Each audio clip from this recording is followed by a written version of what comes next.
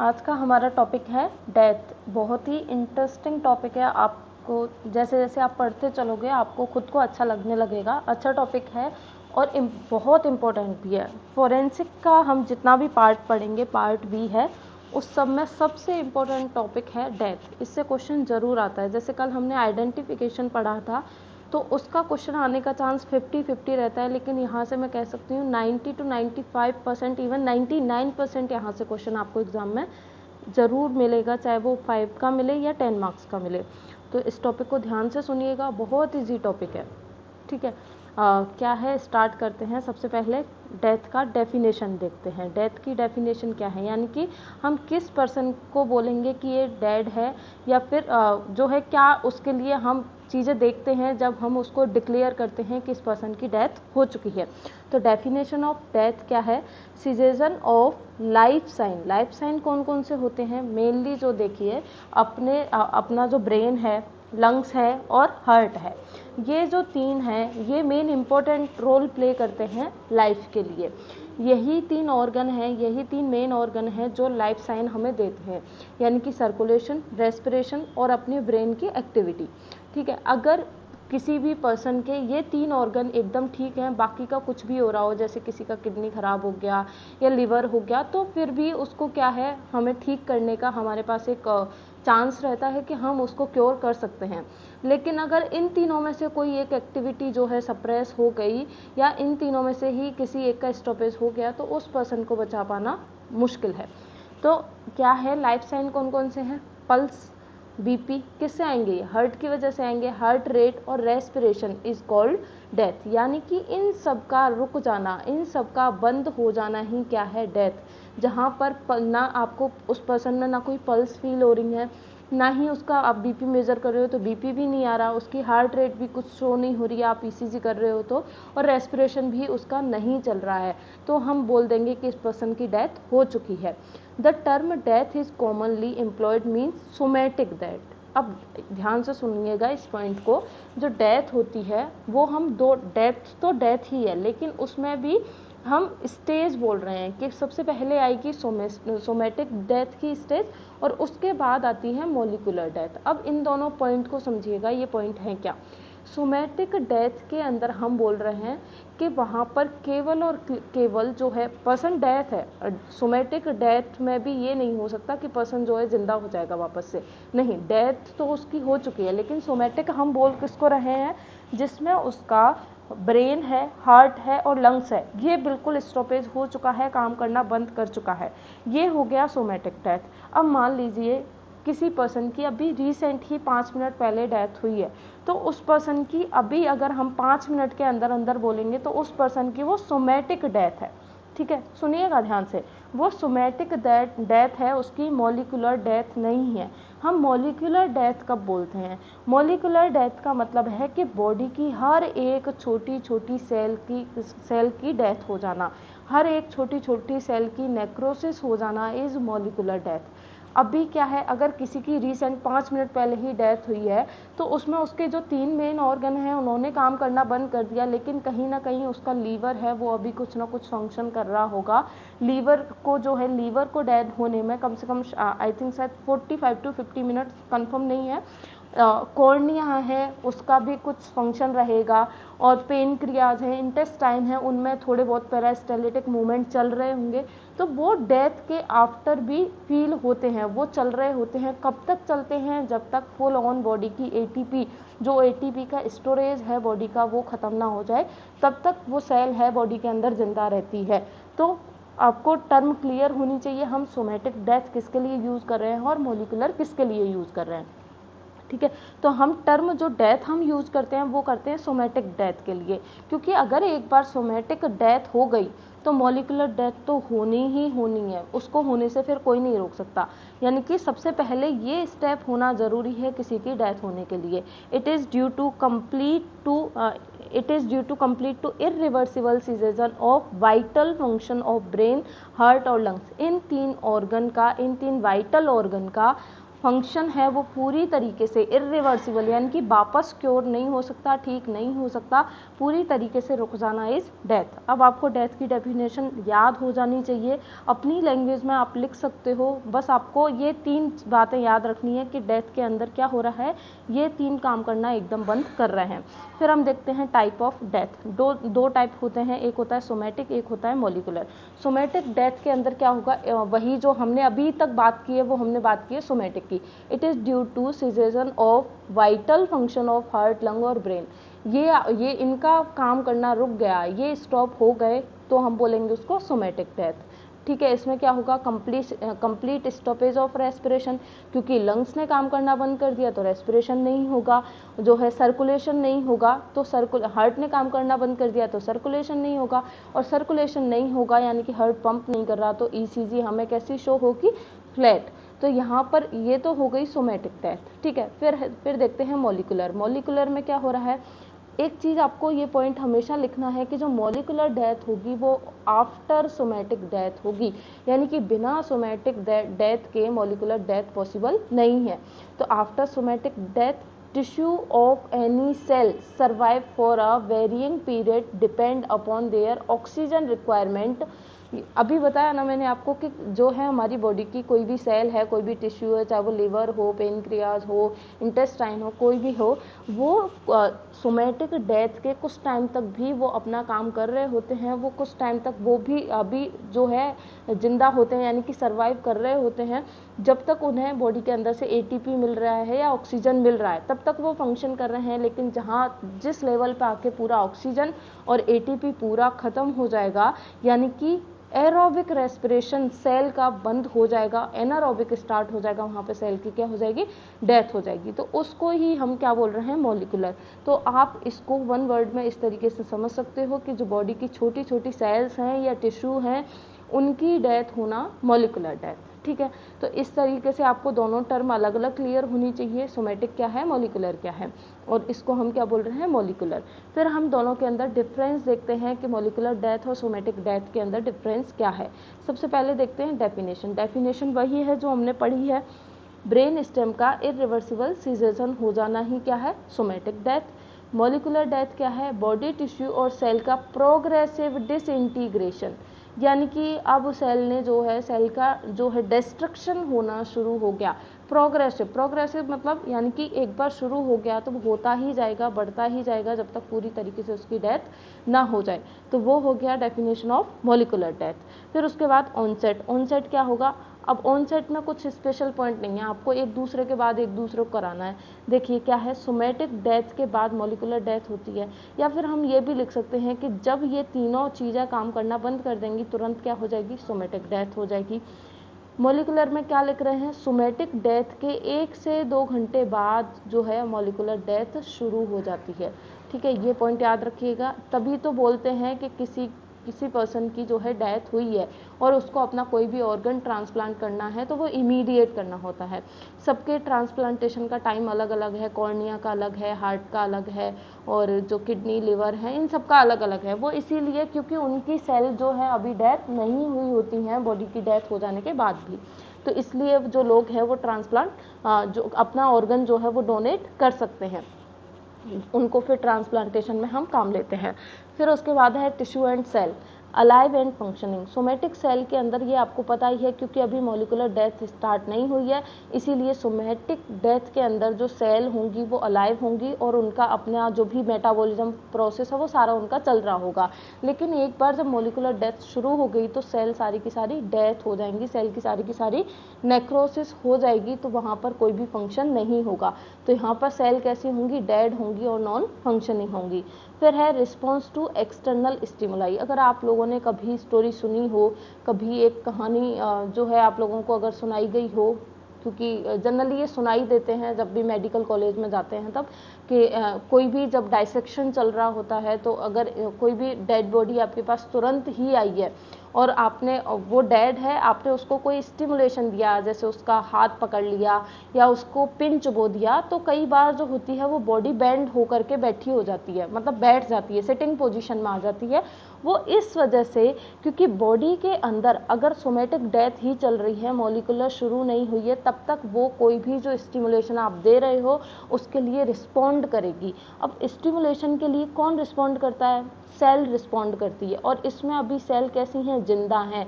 इसीलिए जो है वो आप कोई भी स्टिमुलेशन दोगे तो बॉडी जो है रिस्पॉन्ड करेगी। जैसे आपने हाथ में पिन चुभाई, इन डेथ होने के तुरंत बाद ही अगर आपने पिन चुभाई तो उसका हाथ हिल सकता है, ठीक है। तो फिर उससे अभी लोग फिर ये सोचने लग जाते हैं अरे अभी ये जिंदा है, लेकिन ऐसा नहीं होता है। तो यहाँ पे देखिए मसल जो है कौन कौन से स्टिमुलेशन के लिए रिस्पॉन्ड करती हैं। कोई भी आप थर्मल यानी कि कोई भी हीट या कोल्ड का उसको स्टिमुलेशन दे रहे हो, कोई इलेक्ट्रिकल उसको शॉक दे रहे हो, तो भी जो है बॉडी यहाँ पे रिस्पॉन्ड करेगी। लेकिन मॉलिकुलर डेथ होने के बाद बॉडी रिस्पॉन्ड करना बंद कर देगी। यहाँ पर बॉडी बिल्कुल भी रिस्पॉन्ड नहीं करेगी, आप फिर कोई भी उसको स्टिमुलेशन देते रहिएगा। कंफर्मेशन के लिए हम क्या करवाते हैं, उसका EEG और ECG दोनों टेस्ट करवाते हैं। दोनों ही फ्लैट मिलेंगे, ब्रीथ की कोई साउंड नहीं मिलेगी। ये सोमेटिक डेथ का कंफर्मेशन टेस्ट है। मॉलिकुलर डेथ के कंफर्मेशन के लिए हम स्टेज देखते हैं, राइगर मोर्टिस और अल्गर मोर्टिस। अभी नेक्स्ट पेज में मैं आपको समझाऊंगी क्या है, एक दो तीन पेज बाद तब बताऊंगी राइगर मोर्टिस और अल्गर मोर्टिस क्या है। तो वहाँ पर इसके मॉलिकुलर डेथ के कंफर्मेशन के लिए हम ये स्टेज देखते हैं। तो अभी तक केवल हमने सोमेटिक और मॉलिकुलर डेथ पढ़ा है, दोनों टर्म आपको क्लियर होनी चाहिए। फिर उसके बाद पढ़ते हैं, ये तो था हमारा जनरल इंट्रोडक्शन ऑफ डेथ। अब हम पढ़ते हैं हमारा टॉपिक जहाँ से आपसे क्वेश्चन पूछा जा सकता है, मोड ऑफ डेथ। इतना क्वेश्चन आपको दे दिया जाएगा 5 नंबर में, मोड ऑफ डेथ। अब देखो ये डेथ जो टॉपिक हम पढ़ेंगे बहुत बड़ा टॉपिक है, इसके अंदर कई सारे सब टॉपिक हैं, उनसे आपसे क्वेश्चन 5 नंबर में पूछा जाएगा। पूरा टॉपिक एक साथ नहीं आएगा क्योंकि पूरे टॉपिक में तो आपकी पूरी एग्जाम की जो कॉपी होगी वो पूरी भर जाएगी। तो देखिए मोड ऑफ डेथ क्वेश्चन पूछा जा सकता है आपसे। मोड ऑफ डेथ के अंदर 3 चीज़ें आती हैं। मोड ऑफ डेथ यानी कि बॉडी की जो डेथ है वो इन 3 मोड से हो सकती है। या तो बॉडी जो पर्सन है वो कोमा में चला गया, या सिनकोप हो गया, या फिर क्या हो गया, एस्फाइजिया यानी कि जो है ऑक्सीजन की कमी की वजह से उसकी डेथ हो गई। तो डेथ होने के मेन जो 3 तरीके होते हैं, कोमा में जाने की वजह से, सिनकोप की वजह से और एस्फाइजिया की वजह से। अब हम एक एक करके तीनों टॉपिक को अलग अलग पढ़ेंगे, कोमा क्या है, सिनकोप क्या है, एस्फाइजिया क्या है। तो सबसे पहले हम कोमा की बात कर रहे हैं। कोमा क्या है? Failure of function of brain.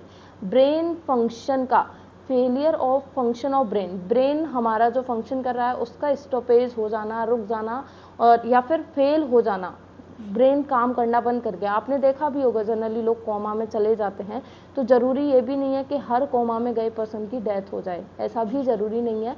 क्योंकि अगर उसका कुछ ना कुछ ब्रेन का पार्ट अगर एक्टिव है, कुछ ना कुछ पार्ट अगर काम कर रहा है, तो पर्सन जो है जिंदा रह सकता है। लेकिन कंप्लीट फेलियर हो गया और फिर उसकी कोमा में जाने के बाद डेथ होनी ही होनी है। तो failure of function of brain is called coma. Failure of function of heart is called syncope. Syncope किसको कह रहे हैं? हार्ट फंक्शन का फेलियर।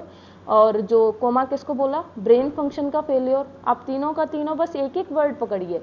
ब्रेन फेलियर से कोमा होगा, हार्ट फेलियर से सिनकोप होगा, रेस्पिरेटरी सिस्टम फेलियर या लंग्स फेलियर से क्या होगा? एस्फाइजिया। आप इस तरीके से इन टर्म को क्लियर रखिएगा। तो सबसे पहले हम बात करते हैं कोमा। कोमा है क्या? कोमा की हमने डेफिनेशन पढ़ ली, failure of function of brain. अगर ब्रेन काम नहीं कर रहा है तो पर्सन कोमा में चला जाएगा, और कोमा में जाने के बाद अगर लंबे टाइम तक कोमा में है तो पर्सन की डेथ हो सकती है। अब कोमा में जाने के कारण क्या होते हैं, हम अभी पूरा टॉक्सिकोलॉजी पढ़ के आए हैं। तो कोई अगर उसने पॉइजन इंटेक कर लिया, जैसे ओपियोइड्स ले लिया, या जो एल्कोहल की जो उसकी 3rd स्टेज की जो डोज थी उसने आई थिंक 300 ml से कुछ ज़्यादा थी, तो अगर वो उसने उस डोज से ज़्यादा एल्कोहल ले ली है या रेगुलर इंटेक ऑफ एल्कोहल करता है वो, तो वो कोमा में जा सकता है। सॉरी। या फिर क्या हो जाए, उसका जो इंट्राक्रेनियल जो फ्लूइड है वो इंक्रीज हो जाए। इंट्राक्रेनियल फ्लूइड इंक्रीज हो जाएगा तो ब्रेन के अंदर इन्फ्लामेशन हो जाएगा। तो उस वजह से भी अगर किसी डिजीज़ के होने की वजह से उसका ICF इंक्रीज हुआ है तो उसकी वजह से भी पर्सन जो है कोमा में जा सकता है। तो कुछ कारण आप याद रखिएगा, बाकी आपको बस कोमा का मतलब पता होना चाहिए। कोमा क्या है? Failure of function of brain. ठीक है, अब देखते हैं कोमा में जो पर्सन चला जाता है उसके हमें फीचर्स कैसे दिखाई देते हैं। तो सबसे पहला फीचर क्या है, in coma a person is incapable of sensing और रिस्पॉन्डिंग एडिक्वेटली और आइदर एक्सटर्नल स्टिमुलेशन और इनर स्टिमुलेशन। कहने का मतलब है कि जो भी पर्सन कोमा में चला गया है, तो कोमा में जाने के बाद आप उसको कोई भी स्टिमुलेशन देते हो, चाहे वो एक्सटर्नल हो इंटरनल हो, आप उसके पिन चबो रहे हो, टेम्परेचर राइज कर रहे हो, उसको इलेक्ट्रिक कोई शॉक दे रहे हो, वो किसी भी स्टिमुलेशन के लिए रिस्पॉन्ड नहीं करता है। सबसे पहला काम ये लिखना है आपको, सबसे पहली बात कि वो किसी भी स्टिमुलेशन के लिए रिएक्ट नहीं करेगा। इस पर्सन के जब भी जो भी कोमेटोज्ड जो पर्सन होते हैं, कोमेटोज्ड पर्सन यानी कि जो पर्सन जो कोमा में जा चुके हैं, उनके पीपल कैसे मिलेंगे, डायलेट मिलेंगे और लाइट के लिए भी सेंसिबल नहीं होंगे। अब आपने देखा भी होगा, अगर लंबे टाइम तक आप अंधेरे में बैठे हो, अचानक झटके से लाइट जलाई जाए तो अपना जो पीपल है वो रिएक्ट करता है, अपनी लाइट के लिए अपनी आइज़ हैं वो रिएक्ट करती हैं, लेकिन जो कोमेटोज्ड पर्सन होगा वो लाइट इनसेंसिबल होगा, लाइट के लिए रिएक्ट नहीं करेगा। पल्स इसकी स्लो चलती हैं, ब्रीदिंग भी स्लो रहेगी। उसके बाद देखते हैं कोमेटोज्ड कंडीशन। कोमेटोज्ड कंडीशन का मतलब क्या है कि पर्सन कोमा में है और वो कोई भी रिफ्लेक्स शो नहीं कर रहा। जितने भी हमारी बॉडी के अंदर रिफ्लेक्सेस होते हैं, कोई भी जो है एंटी रिफ्लेक्स होता है, मोटर न्यूरॉन रिफ्लेक्स होता है, किसी भी रिफ्लेक्स के लिए वो रिस्पॉन्ड नहीं कर रहा है, तो हम बोलेंगे उसको comatose condition. Skin is generally covered with cold perspiration, यानी कि जो कोमेटोज पर्सन होगा उसकी स्किन को कभी भी टच करके देखेंगे, हमेशा कैसी रहेगी, ठंडी रहेगी। या फिर हम आयुर्वेद में एक वर्ड यूज करते हैं स्तेमित्य, वो वाली कंडीशन हमें यहाँ पे देखने को मिलेगी। तो इसके क्लिनिकल फीचर आपको याद रखने हैं कि कोमा में जाने वाले पर्सन के फीचर्स क्या होते हैं।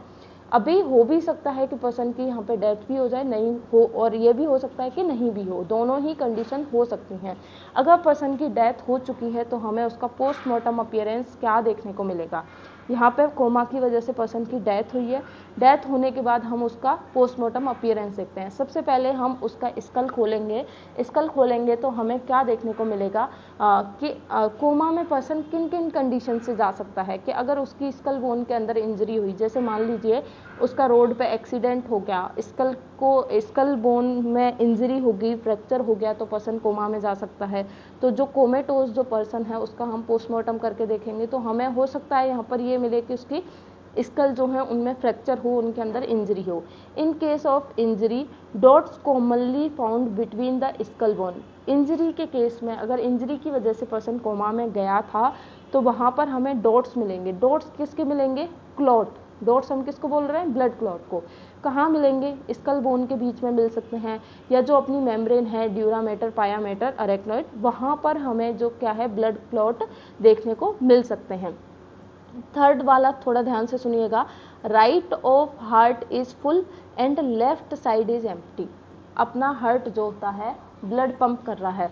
हमारा जो हार्ट होता है ऑक्सीजनेटेड ब्लड कौन सी साइड से पंप करता है, लेफ्ट साइड से, जिसमें क्या होता है कि पूरी बॉडी का जो डीऑक्सीजनेटेड जो ब्लड है वो राइट हार्ट में वापस लौट के आता है। तो सेम कंडीशन होगी, अगर पर्सन की डेथ हो चुकी है तो उसका लेफ्ट हार्ट खाली ही मिलेगा, क्योंकि उसको जितना पंप करना था पंप कर चुका है। अब हार्ट कोई भी काम नहीं कर रहा है तो लेफ्ट साइड ऑफ हार्ट बिल्कुल भी रिस्पॉन्ड नहीं करेगी, वहाँ पर आपको कोई थोड़ा भी ब्लड देखने को नहीं मिलेगा। लेकिन बॉडी से जो लौट के आ रहा है ब्लड वो तो आ ही सकता है, इसमें हार्ट को कोई काम नहीं करना पड़ रहा बॉडी से ब्लड को वापस लाने के लिए। तो इसलिए जो डीऑक्सीजनेटेड ब्लड है वो हमें राइट हार्ट में या राइट एट्रियम वेंट्रिकल में मिलेगा, लेकिन लेफ्ट एट्रियम लेफ्ट वेंट्रिकल हमें बिल्कुल पूरी तरीके से खाली मिलेंगे। इन पॉइजनिंग और metabolic disorder, oedema and congestion of brain, अगर किसी पर्सन की पॉइजनिंग की वजह से या कोई मेटाबॉलिक डिसऑर्डर की वजह से वो पर्सन कोमा में गया है तो उसके ब्रेन में हमें इडिमा देखने को मिलेगी। मैंने आपको पहले भी बताया था कि जो है अगर उसका किसी जो डिजीज़ की वजह से उसका ICF बढ़ गया है तो वहाँ पे इन्फ्लामेशन इडिमा हो सकता है। और हम इतना सारा पॉइजनिंग पढ़ के आए हैं, वहाँ हम सब में यही देखते थे, कंजेशन होगा, इन्फ्लामेशन होगा, इडिमा होगी। And it's covering membrane is commonly found, और क्या होगा, इडिमा होगी तो मेम्ब्रेन जो है वो आपस में डिस्टेंस में आ जाएंगी, तो उनको हम इजीली जो है फाउंड देख सकते हैं। तो ये उसके कोमेटोज जो पर्सन है उसके पोस्टमार्टम फीचर हैं, कुछ क्लिनिकल फीचर हैं, आप दोनों को ही सेपरेटली याद रखिएगा। तो सेकंड कंडीशन है सिनकोप। सिनकोप क्या है, सिनकोप डेफिनेशन हम पढ़ चुके हैं। It is failure of function of heart. अगर हार्ट ने काम करना बंद कर दिया तो पर्सन सिनकोप। सिनकोप हम किस कंडीशन को बोलते हैं आयुर्वेद में? आपने एक चैप्टर पढ़ा भी होगा सेकेंड ईयर में, मद, मूर्छा और संन्यास। तो जो संन्यास की जो स्थिति होती है उसको हम कोमा भी बोलते हैं, सिनकोप भी वहाँ बोल सकते हैं। तो वही कंडीशन की हम बात कर रहे हैं कि हार्ट ने काम करना बंद कर दिया, हार्ट ने पंप करना बिल्कुल बंद कर दिया, सर्कुलेशन स्टॉपेज हो चुका है सर्कुलेशन का, तो पर्सन जो है सिनकोप की कंडीशन, सिनकोप यानी कि बेहोश हो जाएगा, अगर इजी समझे तो मूर्छित हो जाएगा, बेहोश हो जाएगा, तो उसको हम बोल रहे हैं सिनकोप। अब इसके कारण क्या क्या हो सकते हैं?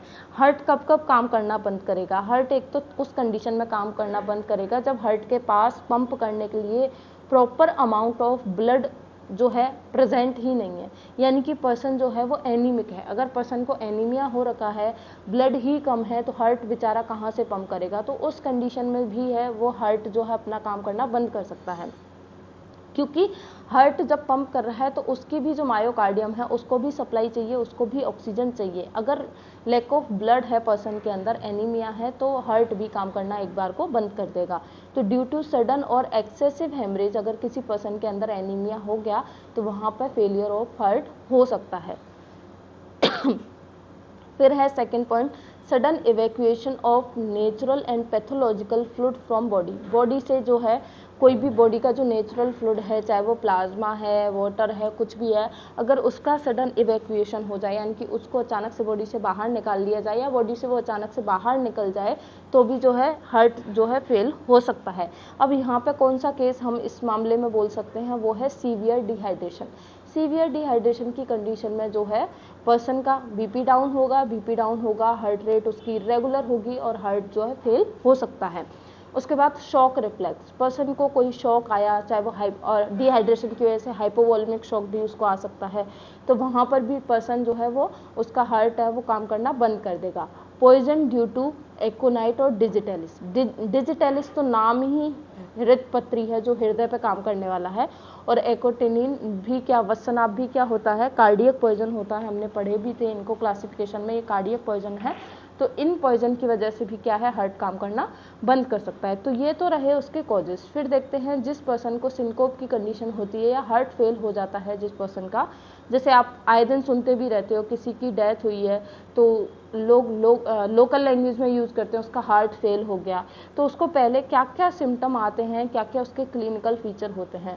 तो हार्ट फेल होना मतलब क्या है कि सर्कुलेशन नहीं मिल रहा है, सर्कुलेशन नहीं है प्रॉपर, तो इसलिए उसके फेस और लिप्स कैसे हो जाएंगे, पेलोर हो जाएंगे, यानी कि सप्लाई ही नहीं है ब्लड की, तो वहाँ पे पेलोर, साइनोसिस, सारी चीज़ें यहाँ पे डेवलप होंगी। पीपल डायलेटेड मिलेंगे, कोल्ड पर्सपेशन, यानी कि बॉडी जो है वो एकदम कोल्ड मिलेगी, चिल्ड मिलेगी, एकदम ठंडी बॉडी मिलेगी। कानों के अंदर नॉइसेस, कानों के अंदर तरह तरह की आवाज़ें आएंगी। इसके लिए एक वर्ड आपने सुना होगा, टिनिटस। टिनिटस जिसमें क्या होता है, अगर एनीमिया में ये साइन बहुत कॉमन है, जिस पर्सन को एनीमिया होता है उसको एकदम वो बंद कमरे में बैठा हो वहाँ भी उसके कानों में बहुत आवाज़ें गूंजती हैं, यानी कि तो नॉइज़ इन ईयर। अब ये बाहर का नॉइज़ नहीं है, खुद के दिमाग की उपज है, यानी कि खुद के अंदर से ही साउंड प्रोड्यूस हो रही है, तो वो भी हमें इसके अंदर देखने को मिल सकता है। पल्स इसकी स्लो मिलेंगी, वीक मिलेंगी। गास्पिंग रेस्पिरेशन, गास्पिंग रेस्पिरेशन का मतलब है कि आपने कभी देखा होगा छोटे बच्चे जो होते हैं वो लंबे टाइम तक जब रोते रहते हैं तो वो एकदम लंबी गहरी सांस लेते हैं, एकदम आवाज़ निकाल के, बड़ी सी आवाज़ निकाल करके वो जो रेस्पिरेशन करते हैं उसको हम बोलते हैं गैस्पिंग रेस्पिरेशन। यानी कि यहाँ पे जो है हार्ट प्रॉपर वर्क कर नहीं रहा, सर्कुलेशन प्रॉपर नहीं है, तो पर्सन उसको कंपनसेट करेगा कैसे, रेस्पिरेशन को तेज तेज करके, इसीलिए यहाँ पे जो रेस्पिरेशन है वो कैसा होगा, गैस्पिंग होगा। ग्रेट रेस्टलेसनेस, पर्सन को बेचैनी बहुत ज़्यादा होगी। तो ये है उसके क्लिनिकल फीचर। फिर हम देखते हैं उसके पोस्टमार्टम अपीयरेंस। अगर किसी पर्सन की हार्ट फेलियर से डेथ होती है तो क्या पोस्टमार्टम में देखने को मिलेगा, हार्ट अपीयर कॉन्ट्रैक्टेड, क्योंकि हार्ट ने बेचारे ने क्या बोला, हम बोले अगर कि उसने पंप करते करते दम तोड़ दिया, यानी कि जो है वो पंप करने की अपनी तरफ से पूरी कोशिश कर रहा था लेकिन ब्लड ही प्रॉपर नहीं था, वो नहीं कर पाया, तो हमें हार्ट यहाँ पे कॉन्ट्रैक्टेड पोजीशन में मिलेगा, डायलेटेड पोजीशन में नहीं मिलेगा। The viscera appear pale and the capillaries congested. Viscera pale क्यों मिलेंगे? क्योंकि सप्लाई उनको बहुत टाइम से अगर ब्लड की नहीं मिल रही है तो वो सारे के सारे पेल मिलेंगे। तो ये है सिंकोप। फिर उसके बाद नेक्स्ट देखते हैं एस्फाइजिया। एस्फाइजिया क्या है? Failure of function of respiratory system. अगर रेस्पिरेटरी सिस्टम या लंग्स ने काम करना बंद कर दिया तो एस्फाइजिया डेवलप होगा। एस्फाइजिया को आप क्या समझ सकते हो? लैक ऑफ ऑक्सीजन, ऑक्सीजन की कमी हो गई तो एस्फाइजिया की कंडीशन डेवलप होगी। अब किस किस कारण से एस्फाइजिया हो सकता है? तो ओपियोइड पॉइजनिंग में। फिर उसके बाद है stoppage of movement of chest, paralysis of respiratory muscle. अगर मान लीजिए जो रेस्पिरेशन हम करते हैं उसमें हमारे जो रिब्स हैं वो हमें हेल्प करती हैं, जो हमारा रिब केज है वो एक्सपांड होता है तब हम इनहेल करते हैं, ठीक है। अगर मान लीजिए चेस्ट में इंजरी हो गई, चेस्ट पैरालिसिस हो गया, तो जो हमारी रेस्पिरेटरी मसल हैं वो वर्क नहीं कर रही हैं, उनके अंदर पैरालिसिस हो गया तो क्या होगा? चेस्ट मूवमेंट नहीं होगा। चेस्ट मूवमेंट नहीं होगा तो पर्सन जितना ऑक्सीजन इनटेक करता था, जितना ऑक्सीजन इनहेल करता था, वो ना करके धीरे धीरे कम इनहेल करना शुरू करेगा, तो उसके अंदर एस्फाइजिया डेवलप हो सकता है। फिर उसके बाद है collapse of lungs. Lung he collapse कर गए। अब कोलैप्स किस कंडीशन में होंगे? कि लंग्स के अंदर इंजरी हो गई। इंजरी कैसे हो सकती है? कोई पेनिट्रेटेड वुंड, यानी कि मान लीजिए किसी ने जो है लड़ाई हो रही है किसी के अंदर, तो किसी ने जो है तलवार अंदर डाल दी, या फिर जो है कोई पंक्चर्ड, कोई एकदम पिन पॉइंट जो क्या बोलूँ मैं उसको, पिन पॉइंट कोई मटेरियल है वो उसने डाल दिया, जिसकी वजह से क्या होगा? उसका अगर जो लंग्स की जो लेयर होती है प्लूरा, अगर उसके अंदर रप्चर हो गया तो लंग्स के अंदर पूरा का पूरा क्या हो जाएगा? हवा भर जाएगी, जिसकी वजह से लंग्स जो है वो कोलैप्स कर जाएंगे। उनका अंदर की हवा बाहर, बाहर की हवा अंदर आ जाएगी, जिसकी वजह से लंग्स जो है वो कोलैप्स कर जाएंगे। तो ये न्यूमोथोरेक्स की कंडीशन में भी ये चीज़ हो सकती है, उस कंडीशन में भी लंग्स जो है वो कोलैप्स कर सकते हैं। इसका पोस्टमार्टम अपीयरेंस देखेंगे एस्फाइजिया में तो क्या देखने को मिलेगा? ऑक्सीजन की कमी है तो साइनोसिस देखने को मिलेगी। ऑक्सीजन ही नहीं है तो साइनोसिस होगा। वहाँ पे ब्लड सप्लाई नहीं थी इसलिए पेलोर था।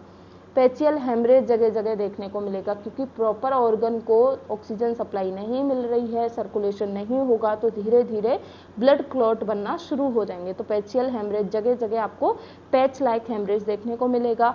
विसराज का कंजेशन मिलेगा, कार्डियक डायलेशन मिलेगा।